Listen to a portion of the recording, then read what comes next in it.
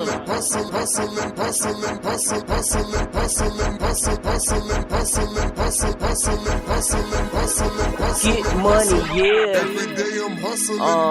Get money, yeah. Every day I'm hustling. Get money, yeah. Every day I'm hustling. Get money, yeah. Every day I'm hustling. Every day.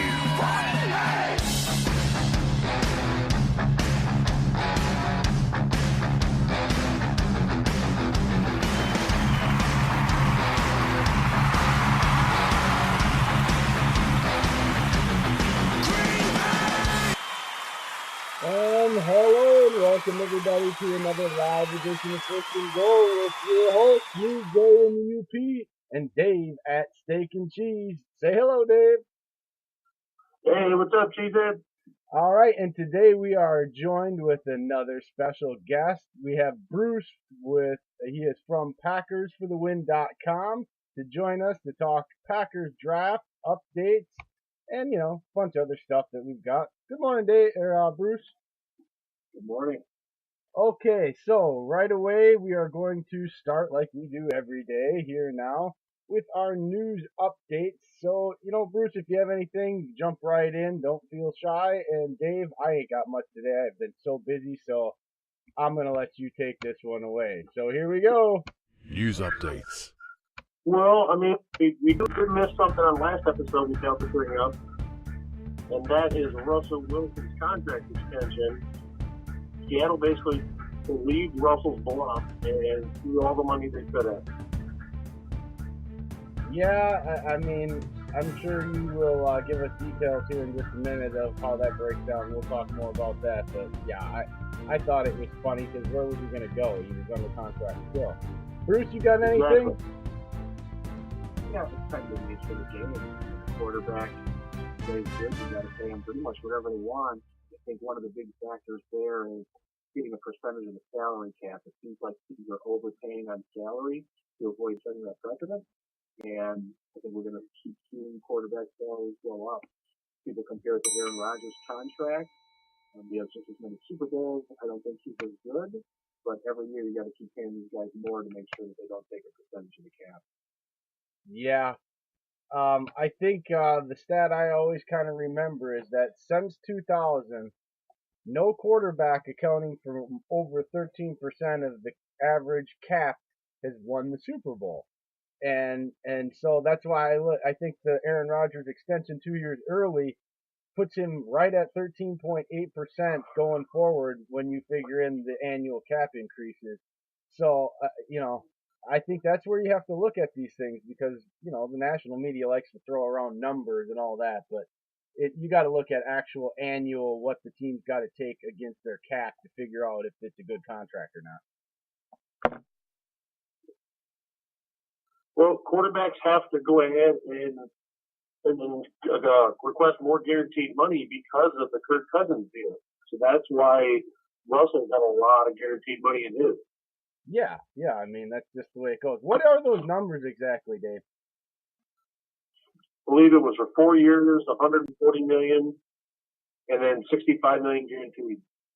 Well, the guaranteed money there now isn't a whole lot, so to me that tells you what they believe that how really important he is compared to, like, say what Aaron Rodgers' guaranteed money is.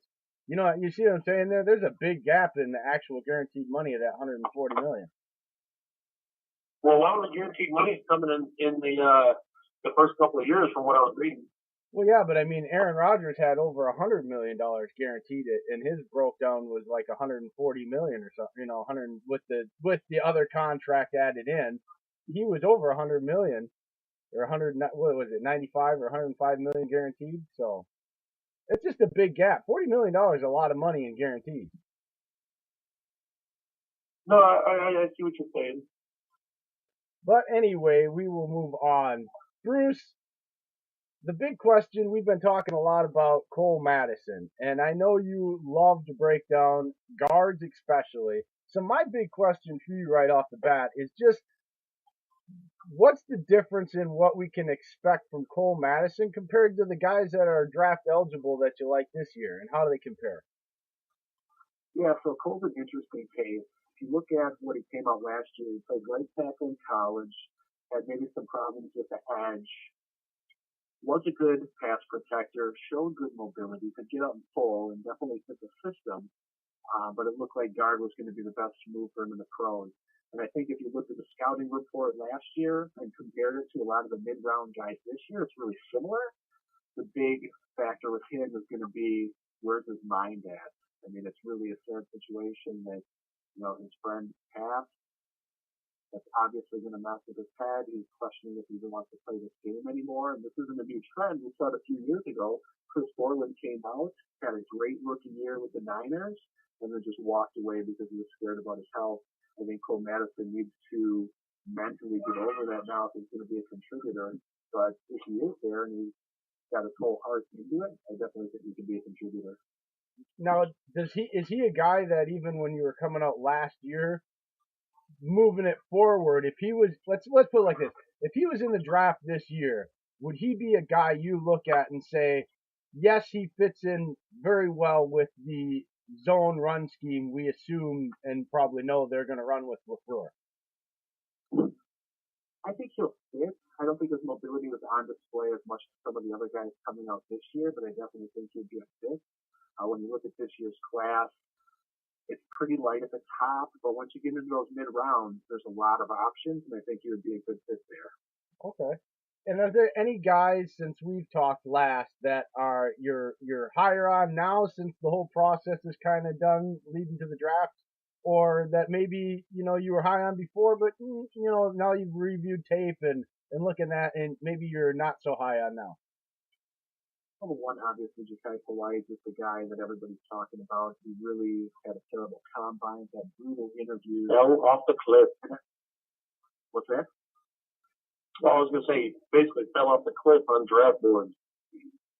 Right. He was a guy people were looking at, maybe the Packers at 12 if he made it that far. And now I'm running mocks where I see he's coming up in the third round, in the fourth round. There's a lot of questions about where his head's at. Because if he's one of those guys who's going to show up, just be a problem child, not really be able to contribute, is he worth a draft pick at all? Which is just kind of crazy when you think about where he was looking in January, February. Now, here's a question, because this came up, just to kind of redirect you, I guess, here, because it's just top of my mind. I came up in the NFL Nation mock draft. They actually had the Packers, Montez Sweat falling, and the Packers taking him at 12. Now, here's the question. With the way he tested out, when you watch the film, do you like him over an Oliver Burns, or would you still go with an Oliver Burns if the three of them are there? And I mean, what's your opinion on Oliver Burns? Yeah, Oliver Burns is still the guys that I like at 12 if one of them makes it. Sweat is, I think, a great consolation prize. He has a huge wingspan. He can make plays. He can force turnovers, get to the quarterback on the edge. He's got a big body. He just doesn't have that elite athletic bend that someone like Brian Burns has. Obviously, then Ed Oliver is just crazy off the charts in all of his measurables. But I think Sweat's a good pick as well. All right. What about the receivers? I know we're not.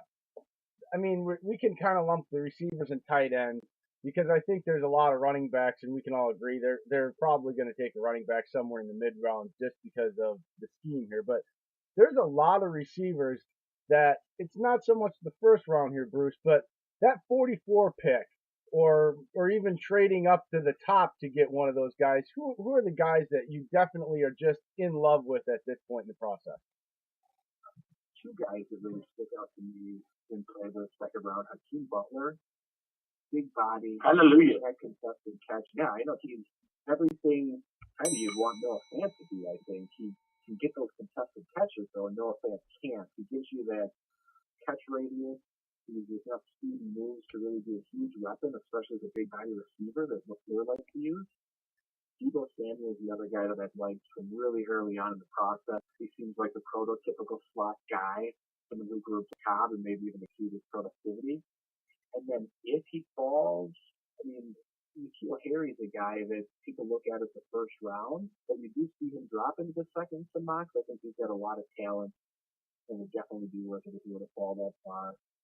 DK Metcalf's a guy I don't like at all. I think he's a one-trick pony, and I don't think he's going to bring what the Packers need to the offense. He screams Darius Hayward Bay all over again.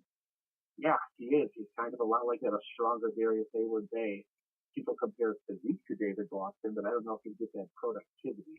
I mean, Aaron Rodgers is the kind of quarterback who wants guys who can run all the routes, run them very efficiently. I don't think DK Metcalf is that guy. A guy that I do like in the mid-round, maybe even day 3, is DeMarcus Lodge, one of Metcalf's teammates at 650. He's not a but he's got good size. He doesn't have the blazing speed, but he runs good routes. He has good hands, and he's a willing blocker. I really like him at the beginning of day 3. My mid-round guys that I want are Andy Isabella and Hunter Renfrow. Yeah, I like Renfrow as a slot guy, but you know who I really like, and I keep seeing him, is either Isabella, who I know Dave likes, and Penny Hart, because I think those guys are, you don't have to use some of our high draft capital, and I think they fit that tougher slot receiver, because I just don't think Kumaro is going to be able to stay healthy, is my opinion of him, even though I like him. Yeah, Penny Hart's a guy I really like, and he jumped out early, he was Senior Bowl, and it looked like at a film that he was going to time, 4.4s, maybe 4.3s. He was flying when he played, and then he came and had a terrible 40 time, and he's been falling down hard. I don't want to put too much stock into it, but I would like him definitely at the end of the round, 6 or 7. Yeah, that's usually where I see him going in the mocks. Now, the guy that, as far as running backs in the late round, that I have been talking a lot about, and people that have listened or whatever know, David Montgomery in the late round. And I like him because from what I've seen, not a lot of film, but I've seen a little bit, the guy he reminds me of is Dorsey Levens.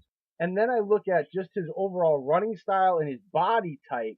He's just so much different than either Jones or Williams, because those guys are just both different size slashers, you know, and he's just kind of that pure power runner.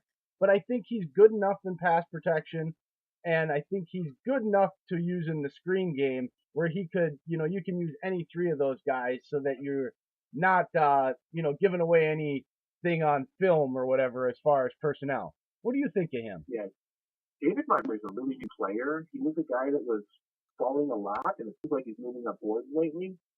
5'10", 220, definitely has a power build. He doesn't have a lot of explosion, but I think he had a couple 60-yard touchdown runs last year. He's got really good balance. He can convert short yardage. He showed good hands.